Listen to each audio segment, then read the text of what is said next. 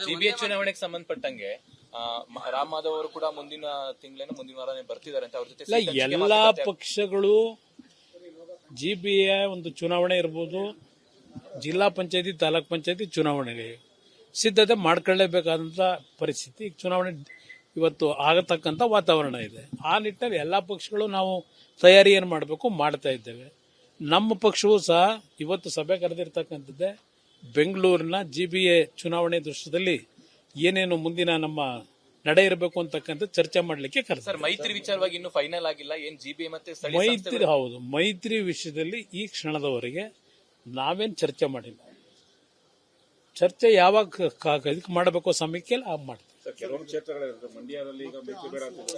ಬೇರೆ ನೋಡಿ, ನಾನು ವ್ಯಕ್ತಿಗಳ ಹೇಳಿಕೆಗಳ ಬಗ್ಗೆ ನಾನು ಚರ್ಚೆ ಮಾಡ್ಲಿಕ್ಕೆ ಹೋಗಲ್ಲ. ಒಂದೊಂದು ಪಕ್ಷದಲ್ಲಿ ಒಂದೊಂದು ರೀತಿಯಲ್ಲಿ ಚರ್ಚೆಗಳು ಮಾಡ್ತಾರೆ, ಕೆಲವರು ಮಾತನಾಡ್ತಾರೆ. ಅದು ಮಾತನಾಡ್ತಕ್ಕಂಥದ್ದು ಅದೇ ಅಂತಿಮ ಅಲ್ಲ. ಇನ್ನೂ 2 ವರ್ಷ ಇದೆ ಅಸೆಂಬ್ಲಿ ಚುನಾವಣೆ, ಜಿಲ್ಲಾ ಪಂಚಾಯತಿ ಚುನಾವಣೆನೂ ಇನ್ನೂ 4-5 ತಿಂಗಳಿದೆ. ಆ ಸಮಯ ಬಂದಾಗ ಚರ್ಚೆ ಮಾಡೋಣ. ವೈಯಕ್ತಿಕವಾಗಿ ಕೆಲವರು ಮಾತನಾಡ್ತಕ್ಕಂಥದ್ದೇನಿದೆ ಅದಕ್ಕೆ ನಾನು ಉತ್ತರ ಕೊಡೋದು ಅನವಶ್ಯಕ ಅನ್ನೋದು ನನ್ನ ಜಿಬಿಎ ಚುನಾವಣೆ ಹೈಕಮಾಂಡ್ ಹಂತದಲ್ಲಿ ನೀವು ಮಾತುಕತೆ ಮಾಡ್ತೀರಾ? ಇಲ್ಲ, ನೋಡೋಣ ಯಾವ್ಯಾವ ತರ ಆಗುತ್ತೆ ಅಂತ ಹೇಳಿ ನೋಡ್ಕೊಂಡು ತೀರ್ಮಾನ ಮಾಡಿ. ಮೈತ್ರಿ ಹೋಗ್ಬೇಕು ಅನ್ನೋ ನಾನು 100 ಬಾರಿ ಹೇಳಿದ್ದೇನೆ, ಮೈತ್ರಿಯ ವಿಷಯದಲ್ಲಿ ನಾವು ಸಂಪೂರ್ಣವಾಗಿ ಮುಕ್ತವಾಗಿದ್ದೇವೆ.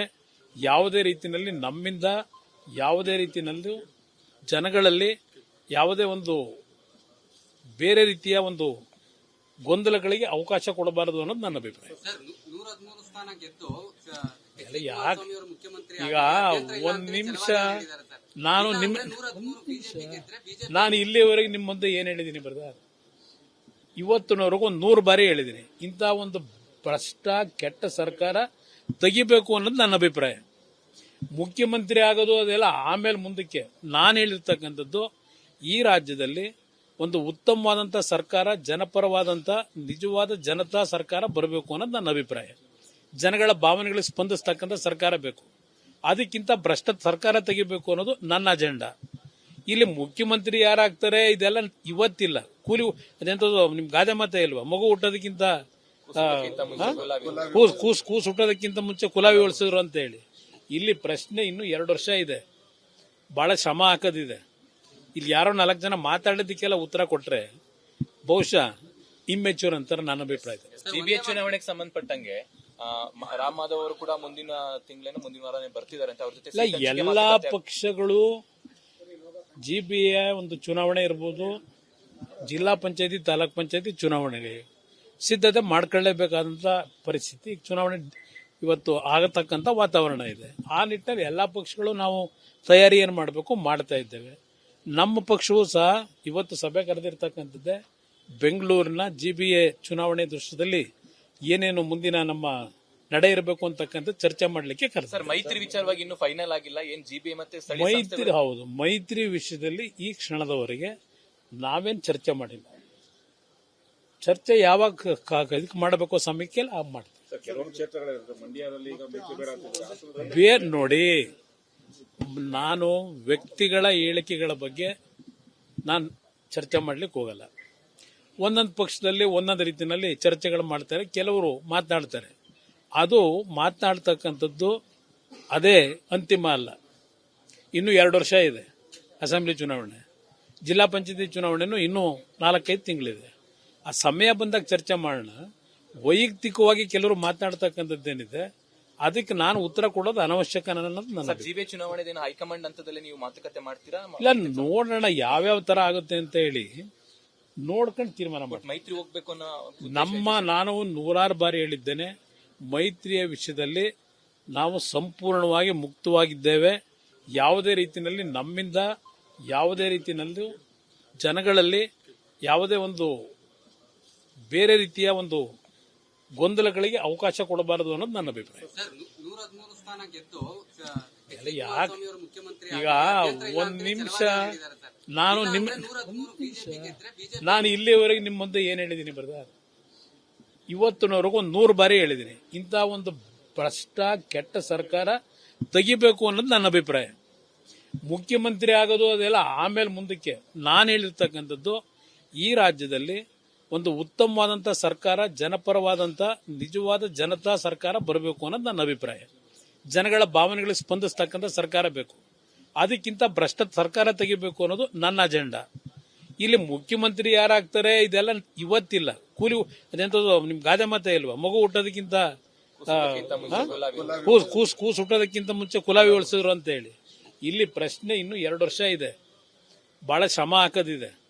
ಇಲ್ಲಿ ಯಾರೋ 4 ಜನ ಮಾತಾಡೋದಕ್ಕೆಲ್ಲ ಉತ್ತರ ಕೊಟ್ರೆ ಬಹುಶಃ ಇಮ್ಮೆಚೂರ್ ಅಂತಾರೆ ನನ್ನ ಅಭಿಪ್ರಾಯ.